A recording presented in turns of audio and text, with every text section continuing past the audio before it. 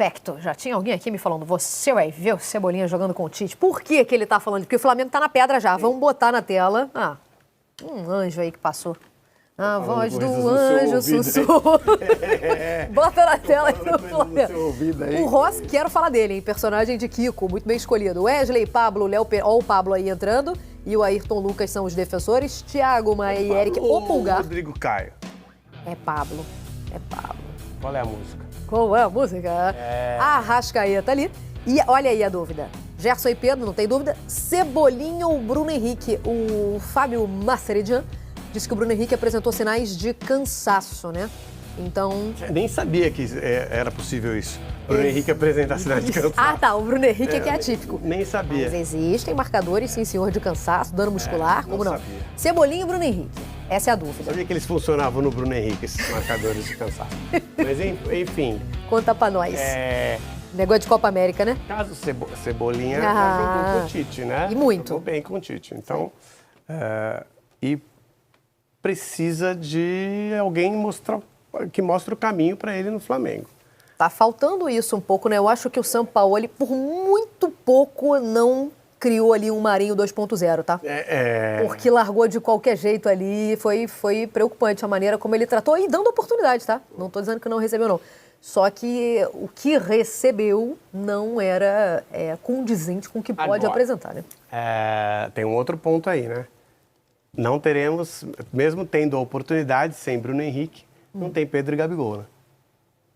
Não Também tem é um Pedro. outro indicativo que só Dorival Júnior pensou e executou Pedro e Gabigol.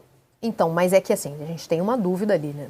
Óbvio que Dorival Júnior não contou com o Bruno Henrique. Foi um período em que o Bruno Henrique não estava disponível. É isso. Porque eu entendo que a primeira opção para a formação de um ataque seja o Bruno Henrique e dois centroavantes, ainda que de características diferentes, centroavantes, disputem a vaga. Quando você não tem o Bruno Henrique, você pode pensar nessa possibilidade de trabalhar com o Gabigol e com o Pedro. Mas se você tem o Everton Cebolinha jogando num bom nível, também já diminui essa possibilidade. Nesse momento ainda não tem o Everton Cebolinha jogando num bom nível, mas eu acho que isso está na cabeça do Tite. Tá no radar, com certeza. Colocar o Cebolinha num bom nível para que ele seja a opção número 1 ao Bruno Henrique e o time não perca as características do Bruno Henrique, guardadas as proporções, né, claro. Não foi só o Bruno Henrique, não, que apresentou sinais de desgaste, na verdade, né? Nas duas últimas partidas, segundo o preparador Fábio Maceridian. O Pedro também. Aliás, eles foram os dois dos jogadores que mais apresentaram, inclusive, sinais de desgaste nas duas últimas partidas, tá? Pois é. Aí... o Fabrício Bruno, a gente falou do Pablo e não sei se a gente comentou que o Fabrício Bruno tá suspenso, né? Isso. E eu falei o Rodrigo Caio porque tá relacionado. O próprio Maceridian... É difícil. É isso mesmo. Mas ele tá muito... Bota um I ali no lugar. Eu tinha que saber falar muito direitinho. Não, mas bota um I, tá tudo bem. Falou que o Rodrigo Caio, por ele, Rodrigo Caio e agora. Então, por isso que eu falei que, de repente, pode ser uma opção. Mas não vai ser... Treinou o Pablo, né? O Tite também não costuma mexer muito nisso. O time que treina... Olha que coisa. O time que treina vai pro jogo. Isso aí é muito bom. Que peculiaridade do trabalho. Isso aí é muito bom, né? É inovador.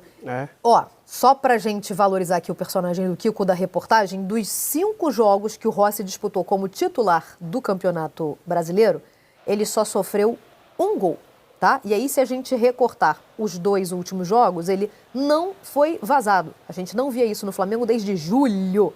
Ou seja, agosto, setembro, outubro, estamos falando aí de quase 4 meses, né? Estamos no final do mês. Então, Rossi se firmou. Será ele o goleiro titular de Tite? Será. Tá certo já. Porque é o goleiro mais experiente e talvez de melhor qualidade técnica dos 3 que ele tem no elenco. Pois é, eu só vou voltar lá E foi contratado para isso, né? Então, foi contratado para isso. Eu só vou voltar lá no Santos, que perdeu a posição para o Matheus, que segundo Sampaoli jogava melhor com os pés, coisa que eu nunca vi, tá? Não sei se vocês viram aí o Matheus jogando pra caramba com os pés, mas eu não vi isso, não. Enfim, e o Santos já foi convocado também. Só vou voltar nisso. O Tite gosta. O Tite gosta dele também. Acho que ele tá bem atrás agora. Você acha?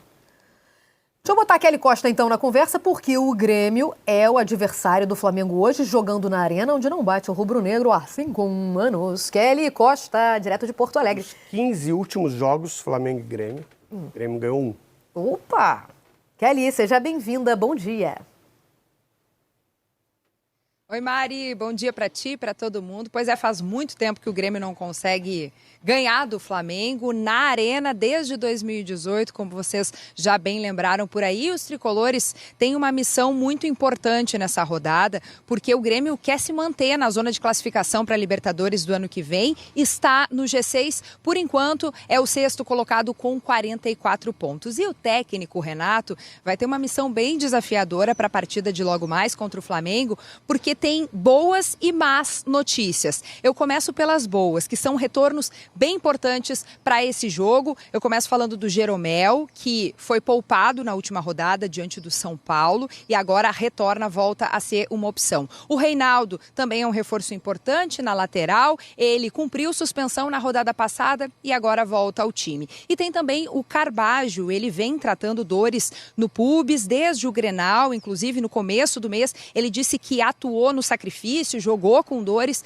e, portanto, agora está melhorando e volta a ser uma opção do Renato no banco de reservas, provavelmente. Agora, o grande desfalque desse jogo de hoje é Luizito Soares, o artilheiro do Grêmio na temporada, o grande garçom, né, líder em passes para gols. Ele recebeu o terceiro cartão amarelo e desfalca a equipe.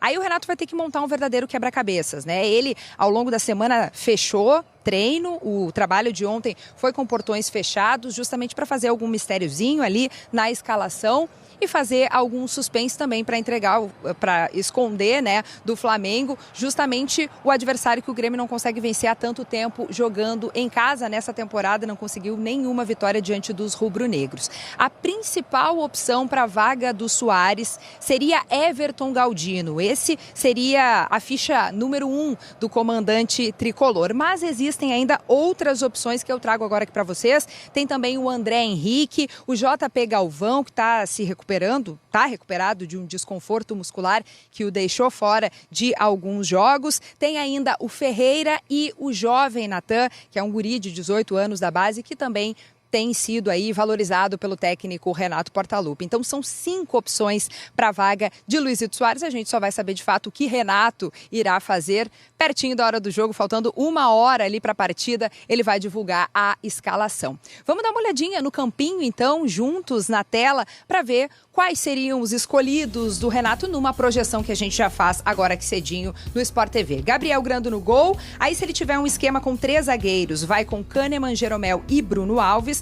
Nas laterais, João Pedro e Reinaldo. Do meio para frente, Vila Sante, Pepe, Josué ou Bessosi, Cristaldo e Everton Galdino. O Grêmio, que vem de 3 derrotas seguidas no Campeonato Brasileiro, não quer deixar em risco a classificação para a Libertadores do ano que vem. Precisa vencer em casa hoje, Mari. Perfeito, é o pior momento no Brasileiro, né, Kelly? Obrigada pelas informações, bom dia e bom trabalho a você. Desses 15 jogos que eu falei, o Grêmio ganhou um só do Flamengo. Só brasileiro ou não? Não, somando tudo. Somando todas as competições, Copa do Brasil, Libertadores. Outros 3 empates, ou seja, 11 vitórias do Flamengo. E teve 4-0, teve 4-2, teve 5-1. Isso aí, Libertadores, então, Maracanã, né? E na maior parte desses jogos, o Renato Gaúcho estava presente. Pro lado do Grêmio, na maioria das vezes. Então, quero falar sobre isso. Começou a ser... sobrou até para ele. Diria que a crise foi, inclusive, instaurada ou potencializada por causa daquele episódio da coletiva, né? Que ele não foi. Mas ele está sendo questionado já, coisa que eu não imaginava ver. Como é que você questiona uma estátua? Chega lá na estátua e começa a falar, tem que sair, você tem que sair, a estátua está lá.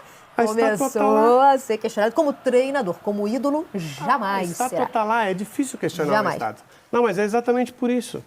Sim, você, ainda que não seja diretamente a estátua, você falar com o Renato sobre Grêmio... Não dá para dissociar, né? É muito difícil. É difícil até para o presidente. Com certeza. É difícil até para o presidente. Eu acho que a gente não sabe exatamente... Ele contou uma outra história. Depois que ele falou sobre a entrevista, ainda que eu acho que ele tenha errado, ele contou uma outra história que não foi contestada pela diretoria do Grêmio, talvez até para acabar com o caso. Talvez a diretoria do Grêmio quisesse abafar, a tréplica, mas pensou em resolver a situação deixando como está. Mas que foi ruim, porque foi uma derrota no Grenal que ele potencializou. Pois é. comportamento, né? E hoje ele não vai ter o Suárez, então, como a Kelly já trouxe, que é a maior preocupação, né? O Suárez está suspenso. Então, não ter o Suárez contra o Flamengo com esse retrospecto. Hoje o Suárez não vai chutar no gol, mas ele precisa chutar. Quando ele estiver em campo, ele está passando muito a bola e o pistoleiro foi contratado para atirar. Nem é uma boa, né? Não gosto desse... Mas o apelido vem daí mesmo, a gente entendeu. Nesse contexto aí, tá valendo. Não é legal, mas se você for pensar, artilheiro também, que a gente usa... Quem tem a melhor pontaria no tiro. Então, essa aí, nação rubro-negra, os créditos estão aí na descrição. Sport TV e ESPN. O Flamengo aí pode ter novidade na sua escalação. O Cebolinha deve ganhar essa vaga aí de titular. O Cebolinha que vem treinando forte. O Tite está gostando dos treinamentos do Cebolinha. Essa informação de bastidor. O Tite está encantado com o scout do Cebolinha indo e voltando toda hora no treinamento. Falta o Cebolinha agora fazer isso nos jogos, né? Que até hoje não estreou no mais querido. Infelizmente, o Cebolinha não consegue desempenhar um bom futebol desde a época do Grêmio. Teve os lampejos ali no Benfica, mas não consegue jogar bem desde a época do Grêmio. E no Flamengo, até agora, é uma verdadeira decepção, mas acredito que o Tite recupere o Cebolinha. O Cebolinha pode ter essa oportunidade de começar o jogo. E o Mengão vai para cima do Grêmio aí, o jogo às 21h30 vai ser transmitido pelos canais abertos, pela Globo, pelo Premiere aí em alguns estados. Então o Flamengo vai para cima do Grêmio, vai tentar mais uma vitória para se aproximar ao Botafogo. E digo sempre aqui, é difícil esse título brasileiro, mas não é impossível, tudo pode acontecer. 9 pontos em 30 disputados. Se o Botafogo começar a derrapar, vai dar de bandeja o brasileiro aí pro Bragantino, pro Flamengo, quiçá outro time, mas acredito que se o Botafogo derrapar, esses dois times, Flamengo e Bragantino, estão mais constantes nas últimas rodadas, tende a ganhar esse título. Então vamos lá, nação. Se você gosta aí do nosso canal, você já sabe, você se inscreve aí, ativa o sino das notificações, aqui a gente traz conteúdo de muita qualidade para vocês. Aqui a gente não pede nada, então se inscreve aí no nosso canal, ativa o sino das notificações para não perder nada no nosso canal Torcida do Flamengo. Saudações rubro-negras!